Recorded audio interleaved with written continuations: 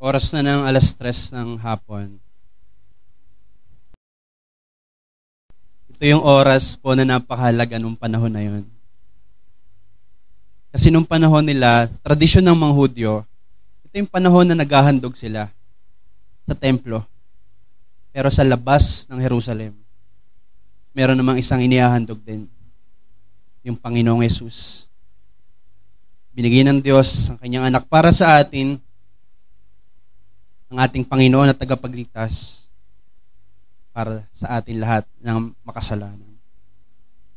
Ilang saglit na lamang at ibibigay na ng Panginoon ang kanyang buhay para sa pagtubos sa sangkatauhan dahil sa kanilang mga kasalanan. Habang siya ay nakapako sa krus, merong 2 salita na nagmula sa kanyang mga labi. Napakaikli, pero may malalim na pahayag. Nauuhaw ako. Marahil sa salitang ito ay pinakikita ng Panginoon sa atin ang kanyang hirap na nararanasan. Sabi nga ng iba, ito daw yung sa lahat ng 7 na salita ng Panginoon sa huling kanyang bago siya mawala. Isa to sa medyo mahirap unawain kasi sinasabi nila, ang Diyos ay nagbibigay, di ba sabi niya, sino mang uminom sa tubig na pagkakaloob ko, kailanman na hindi na mauuhaw. Pero siya ngayon, ang Diyos mismo na nagsabing, nauuhaw ako. Sabi nila, iba na ibig sabihin yan? Para saan ba at ano bang matututunan natin dyan sa bagay na yan? Unang bagay po na nais kong ibahagi sa inyo, ang sinasabi dyan sa salita ng Diyos na nauuhaw ako ay katuparan ng propesiya na nakikita po natin doon sa lumang tipan. It is a fulfillment of a prophecy.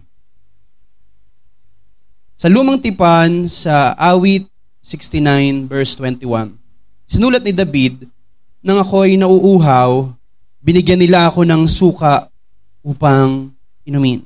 Imagine, naglakad kayo kanina, di ba, papunta ata iba dito, ako naglakad papunta rito, mainit eh. Suka yung tinira ko. Hindi siya kaya-ayang ilagay mo sa sobrang pagod ka, naiinitan, hindi siya masarap inumin. Ito po ay isang hula noong lumang tipan na nagkaroon ng katuparan doon sa krus ng Kalbaryo. Bakit kaya suka ang binigay kay Jesus? Ano ba ang kahalagahan ng suka noong panahon nila? Bakit ba yan ang binigay sa kanila? Hindi po ito yung suka na ginagamit natin ngayon, okay, sa kusina natin.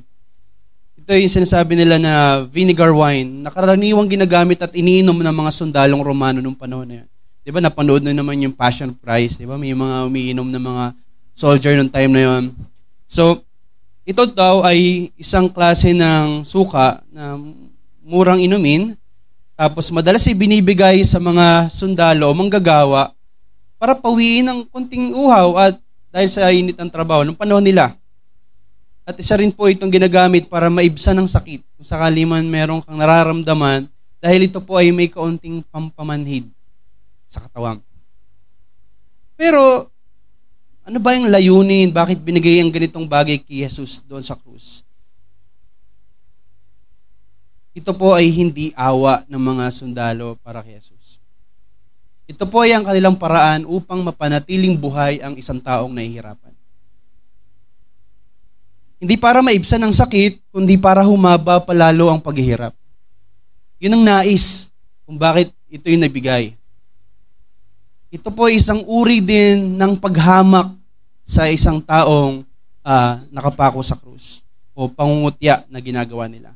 Pero, ang pinakalayunin talaga ng Diyos kung bakit ito yung naibigay ay upang matupad ang isang propesiya na nagsasabi doon sa lumang tipan sa awit 69, talata 21. Hindi po ito isang simpleng uhaw lamang ang nararanasan ng Panginoon. Sa gitna ng kanyang naranasan sa pagpapako, makita natin na ang Diyos Ama ay aktibo po na kumikilos at gumagawa upang matupad ang bawat detaling nakasulat sa kanyang salita. Kasi pangako niya yun, di ba, sa Old Testament. At sabi ng Diyos, yung bawat pangako niya ay kailangang magkaroon ng katuparan. Parte ng proseso at plano ng Diyos ang nangyaring ito kay Jesus. na gusto ko rin ipaunawa sa atin at ipaalala sa atin lahat. Makinig kayo. Tumingin kayo lahat sa akin ngayon. Walang nangyayari sa buhay mo na hindi batid, hindi saklaw, at hindi hawak ng Diyos. Sa kabila ng paghihirap mo, kawalan ng direksyon sa buhay, nahihirapan, na-stress ka ngayon, matinding emosyonal na mga pasanin, maaari kang magtiwala sa Diyos. Maaari kang magtiwala sa Panginoon na may plano at layunin sa buhay natin. At kaya niyang kumilos, gumawa ng paraan sa mga bagay na hindi natin naunawaan at nakikita. Ito rin ang nais ng Panginoon. Nakikita niya ang kanyang anak na nahihirapan. Pero sabi nga ni Brother Joseph kanina, hindi naman siya totally pinabayaan. Ito ay nasa plano ng Diyos, ng kanyang Ama. Pangalawa, bakit sinabi niyang nauuhaw ako? Ito po ay pahayag ng kanyang totoong pisikal na paghihirap. Jesus was literally thirsty that time. At pinapakita po sa atin din, nung sinabi niyang nauuhaw ako, si Jesus talaga ay tao. Naniniwala ba kayo na si Jesus ay naging tao? John 1:14 says, diba, ang salita ay naging tao at nanirahan kasama natin. Ang Diyos ay naging laman. He is 100% God and also 100% human. Hindi po siya nagkunwaring tao. Yung parang nagtatransform, tas Diyos mamaya, tas tao naman, tas Diyos ulit. Hindi. Talagang naranasan niya na maging tao. Siya ay naging tunay na tao at sa krus doon niya naramdaman ang isang pinakamahirap na bagay nung siya ay naging tao. Na-imagine niyo ba yung sitwasyon niya nung panahon na yun? Diba ang hirap isipin na sabi nga, kung maaari tayo magbayad, yan yung mga pride ng mga magulang. Kung maaari, ako na lang magdala ng mga pasanin ng aking anak, pero hindi talaga. Diba? Parang sa Diyos, pwede naman niyang kunin yun ng Ama. Pwede naman niyang patamaan ng kidlat lahat ng sundalo ng panahon na yun, pero hindi niya yung ginawa. Kasi gusto ipakita sa atin ng Diyos at ni Jesus ng lahat ng kanyang pagod, lahat ng kanyang sakit, lahat ng kanyang pagdurusa, at mismo tong kauhawan na nararanasan niya, magpapatunay po na si Jesus ay tunay naging kagaya natin upang tubusin tayo sa ating mga kasalanan. Sa pag-aaral po ng mga doktor, ang pinapako sa krus noon ay dumaranas ng matinding dehydration pagka ikaw ay ganyan ang nararanasan. Ang katawan mo ay unti-unting nawawalan ng tubig dahil sa labis na pagdurugo at habang ikaw ay tumatagal na nakasabit dyan sa krus, ang hinga mo din ay parang unti-unting nawawala. Hirap na siya sa paghinga. At ang bawat hininga na nilalabas ni Jesus sa kanyang mga bibig ay parang paglaban ito na kailangan niyang talagang pagdaanan ng lahat ng hirap. Sa ganitong kalagayan, mga kapatid, hindi lamang po uhaw na pisikal lang kanyang naranasan at kailangan ng panahon na yun. Kundi ito po isang simbolo ng pagdurusa at katotohanan ng kanyang pagiging tao. Minsan tayo inaakala natin na kapag meron tayong lahat o nakamit na natin ang isang bagay, natugunan ng ating mga uhaw sa buhay. Karoon tayo ng mga bagay na gusto natin, mapunuan ng mga pangailangan natin, pakiramdam natin, sapat na yon. Pero tandaan po natin, walang sino mang sa mundong ito o ng bagay sa mundong ito makakapawi ng lahat ng uhaw na yan. Kung wala ka sa Panginoon at hindi mo kikilalanin ng Panginoon sa iyong buhay, walang silbi ang lahat na meron ka. At ito nakakatuwang isipin sa bagay na sinabi ni Jesus. Dahil nga siya ay isang tao, alam niya ang nararanasan mo at alam niya ang mga dadanasin mo pa. Hindi lang siya basta nakakaramdam. Kasi mismo siya, naranasan niya kung paano yung nararanasan natin ngayon. Nakikibahagi siya sa ating mga kainahan. Alam niya ang hirap mo. Alam niya ang pagod mo. Alam niya ang lahat ng meron kang pinagdadaanan ngayong mga pagsubok. Pero asahan mo, mayroong isang tagapagligtas na si Jesus na napako sa krus na hindi lang nakakaunawa, nararamdaman ng sitwasyon mo, kundi naranasan niya ang lahat ng yan dahil mahal niya tayo. Pangatlo, ang sinabi niyang nauuhaw ako ay kahandaang sumunod sa kalooban ng Diyos. Willingness to surrender and sacrifice his life to the Father's plan. Sa malalim na antas, ang pahayag na ito ay maaaring sumasalamin sa spiritual na uhaw. Isang masidhing pananabik, hindi sa tubig, kundi sa pagtupad ng kalooban ng kanyang Ama. Naalala niyo yung sinabi niya nung siya ay nananalangin sa Gethsemane. Ama, kung maaari, ilayo mo sa akin ang kopang ito.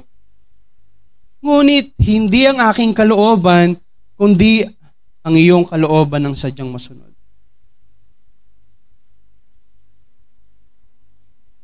Na para sinasabi po ni Jesus dito, sa kabila ng hirap, ng pagod, sakit,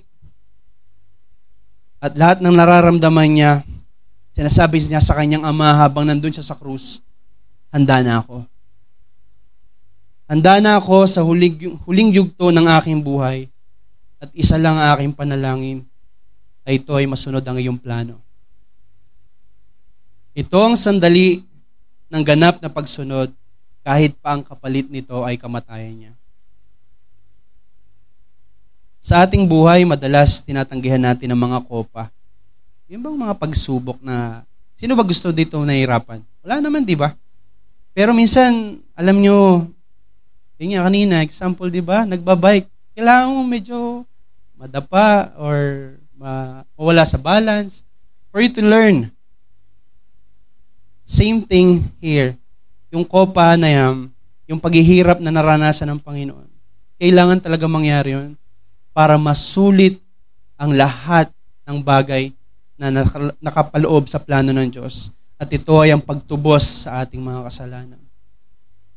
Kailangan nating magtiwala sa plano ng Diyos kahit hindi ito madali. Sabihin ko sa inyo mga kapatid, kung ang isang bagay ay kalooban ng Panginoon, gagawin niya ang lahat. Ang kailangan mo lamang gawin ay magtiwala sa Kanya. Kahit hindi madali, kahit may mga rough road sa daan, we need to trust the Lord.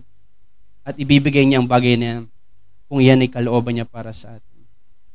And this is the last one at dito tayo magtatapos. Ang sinasabi niyang nauuhaw ako ay isang paghahanda para sa kanyang pinakamahalagang gagawing anunsyo. Ano kaya yung anunsyo na gagawin niya? Ito yung susunod na dalawang salita pa na sasabihin ng ating mga speaker mamaya.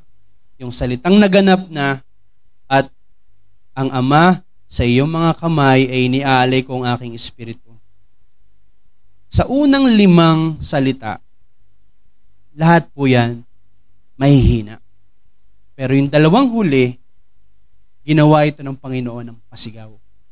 Para marinig ng lahat na ang lahat at ang pinakamahalagang mensahe, ang isang napakalaking anunsyo na bibitawan ko, kailangan nyo marinig na ang tagumpay ay nagkaroon na ng katuparan sa pamamagitan ng aking kamatayan at paghihirap sa krus ng Kalbaryo. Nauuhaw ako. Simpleng pahayag, pero sana makita natin sa bagay na ito na dahil dyan sa salita na yan, nagkaroon ng katuparan ng salita ng Diyos. Nakita natin ang pagiging tao ni Jesus. Nakita natin ang kanyang ganap na pagsuko sa kalooban ng Diyos at para bitawan ng isang napakahalagang anunsyo sa atin. God is really good.